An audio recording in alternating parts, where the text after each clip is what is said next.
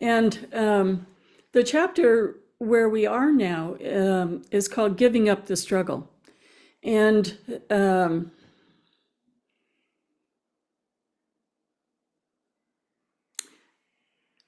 what we were working with in retreat was having the support to see very delicately what causes distraction, what causes that impulse to feel like we can't be in the present moment. And Pema Chodron, she always expresses things in really direct, accessible ways. This is our task, whether we're in retreat or not in retreat, but in retreat, because it is so quiet, we can see the impulse a little more clearly. But essentially, whether it's our daily meditation or retreat meditation, we're looking at how much of our lives we are not present for because we are preferring distraction. And reliving good and bad moments of life and staying in the past, going to the future, without understanding that it is the present moment that Thich Nhat Hanh might express, present moment, wonderful moment. John was expressing in the deliciousness of being present, in the teachings on meditation, just being in the present moment in a mundane way allows you to delight in life. And then being in the present moment from the perspective of being able to be undistracted in meditation, there's an inner joy that arises. So that inner joy then, as we see in Rinpoche's life, or Kathy is talking about in terms of bringing back, is something that ripples out to all of the people that we're in touch with. And it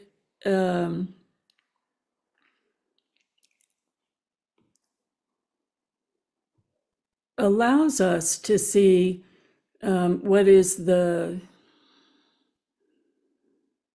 what are the addictions or the pain or the many different things from our complex lives, how that can be turned into authentic compassion through seeing the pain and suffering that we vulnerable human beings experience and that we see that others are experiencing. So sometimes it's expressed like, it's like seeing a child in a nightmare. The more we're able to see how we are causing our own nightmares, the more we want to help gently wake up the others who are suffering from the same delusion. And if you've ever looked at the Chinese system, the examples, there's a pictorial example of taming the ox. So there's this beautiful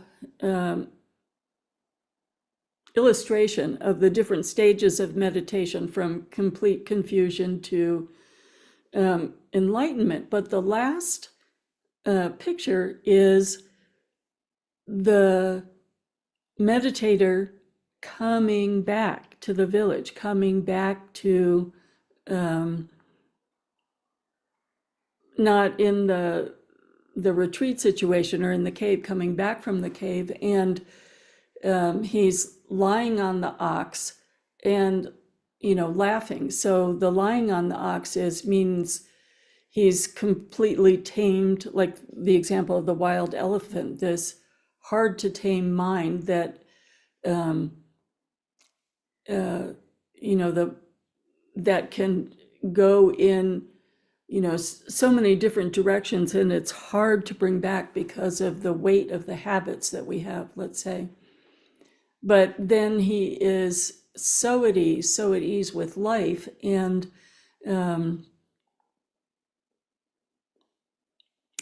can be in all of life and all of suffering in that unwavering state of mindfulness and inner joy. And by maintaining that state of mindfulness and inner joy, able to see the different needs of different people that would help open a door for them or an insight for them. So he has, the meditator then has the skill to actually help suffering beings. And that's what we experience from someone like Venerable Pema Chodron or His Eminence or His Holiness Chetsang Rinpoche. And it's one of the joys of being near the Venerable Ones, no matter what tradition they're in. I was thinking of two things about how to reintegrate into daily life, or how to maintain practice in daily life, or essentially the question that Eileen was asking. And one of the autobiographies I went to, because I'm so struck by it, is the Deepa Ma. Deepa Ma was the teacher of Sharon Salzberg and Joseph Goldstein.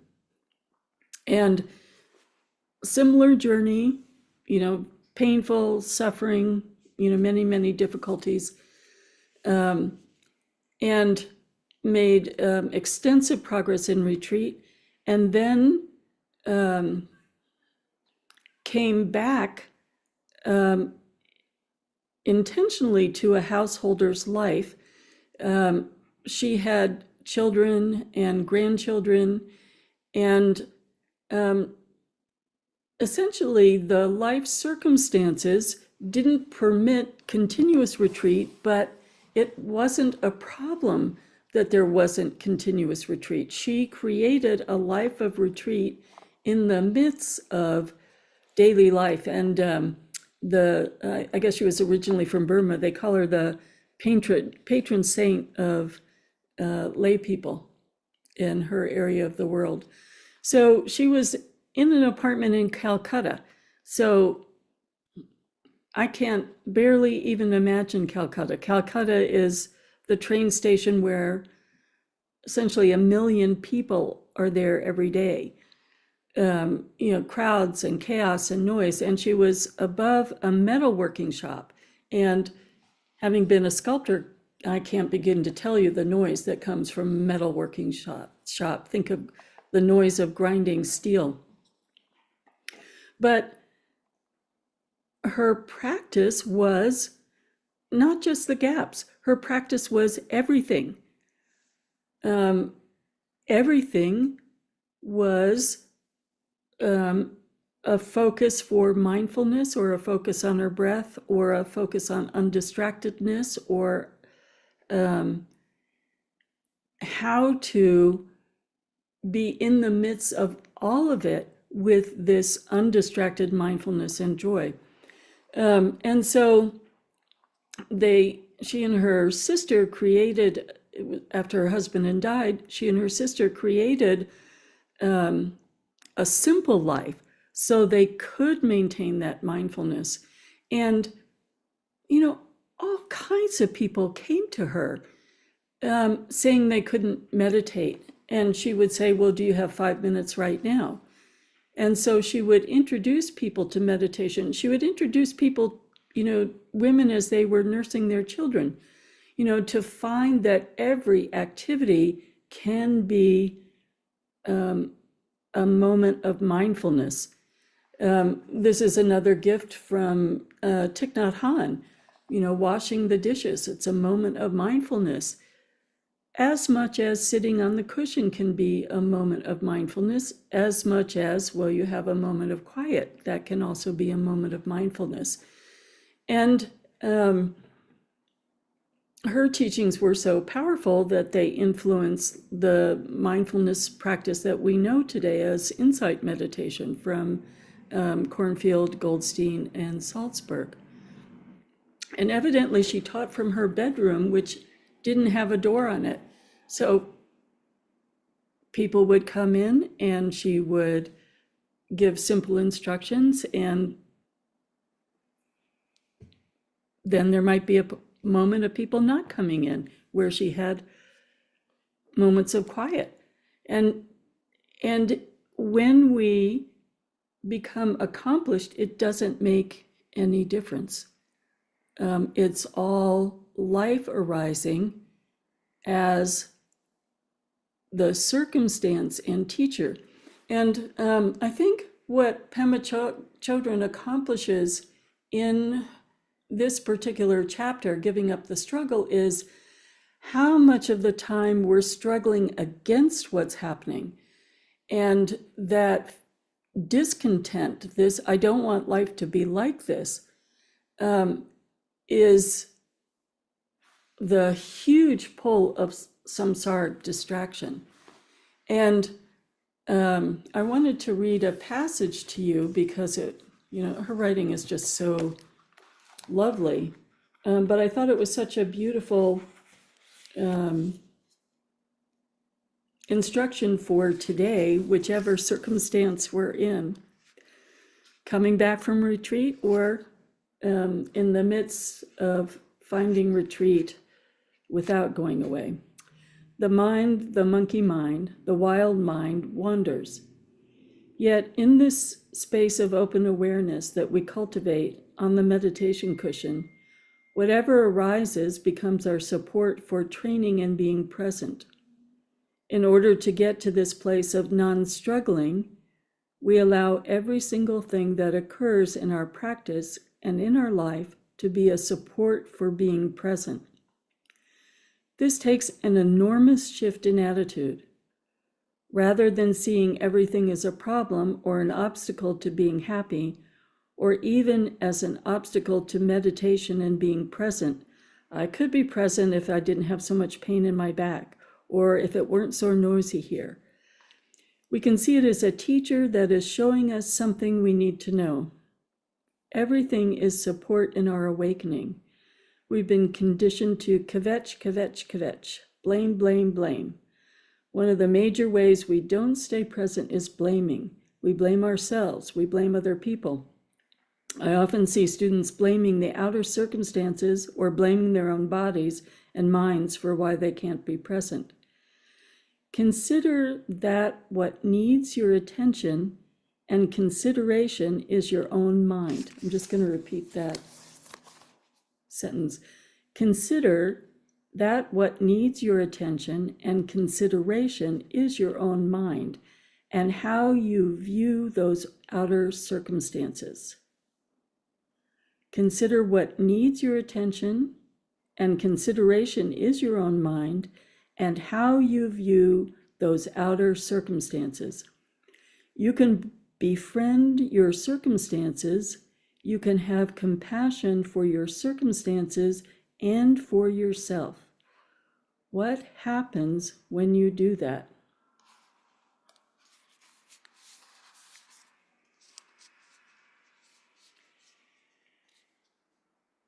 What happens when you do that? You can befriend your circumstances.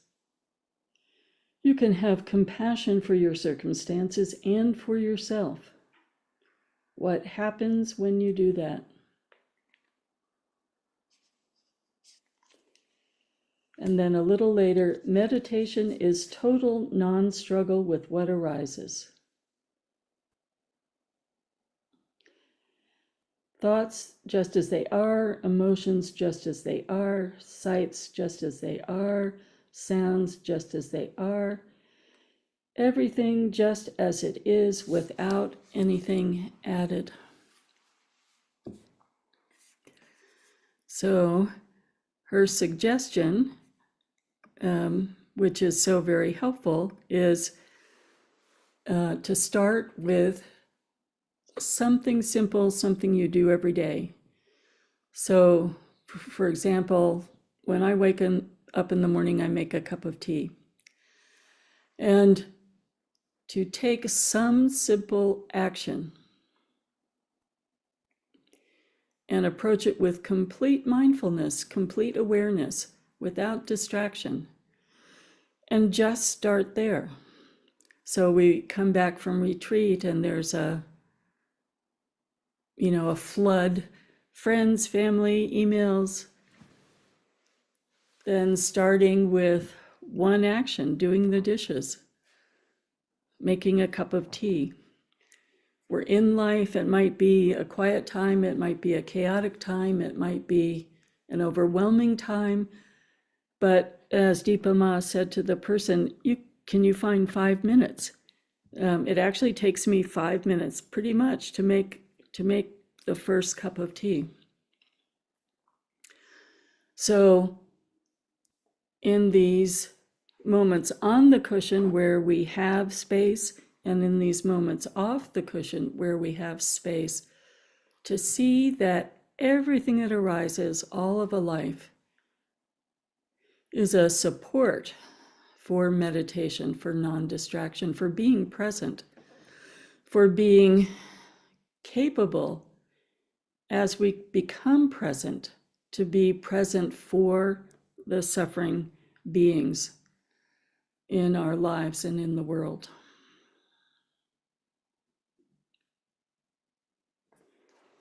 So let's just sit with that for a couple minutes.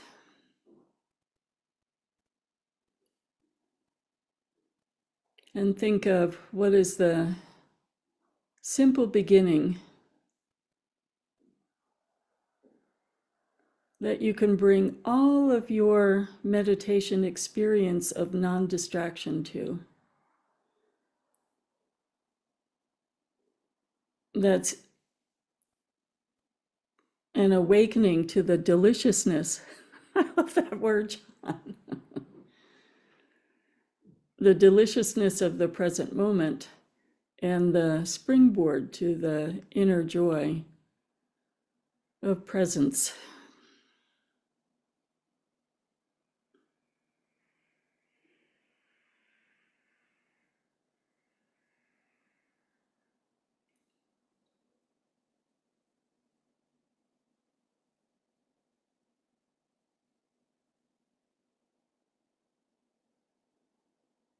Not separating meditation time and other time, and learning how to do that with becoming fully present in simple moments.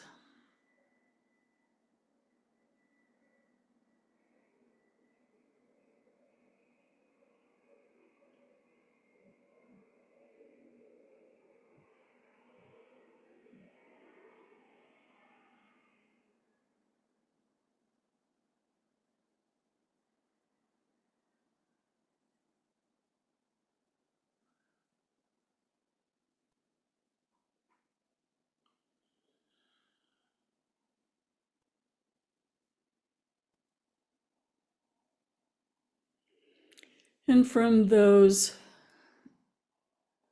moments, let's say, in terms of Eileen's question, seeing that by being fully present in those moments, that there is a deliciousness, we're actually teaching ourselves that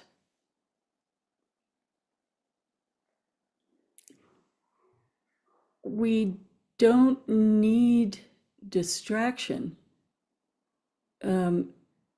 Rather, we need this presence.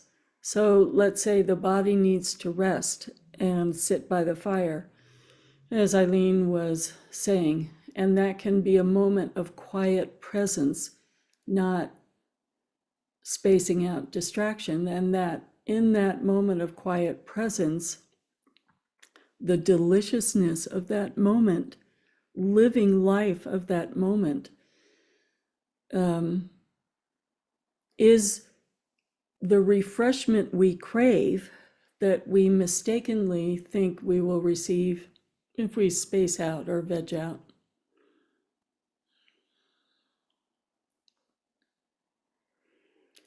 and that it's energizing.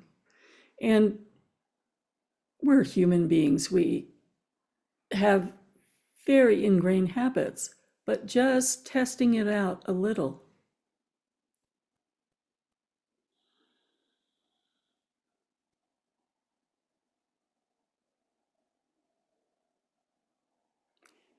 It's like setting up our own mini experiment. I have two choices with my cup of tea.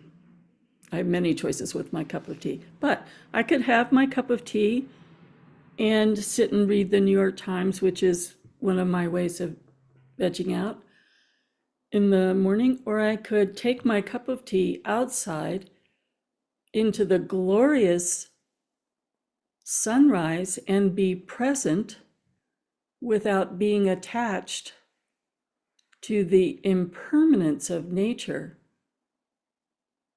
and teach myself that that being present is both delicious and refreshing.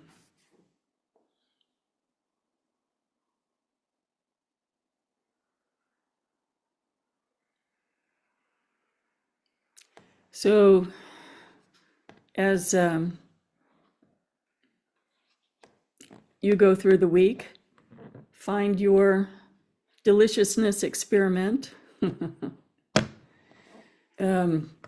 Next week, I won't be with you again, but I'll be here the following week, and we have another great master that I refer to often, an insight into who they are and how they teach.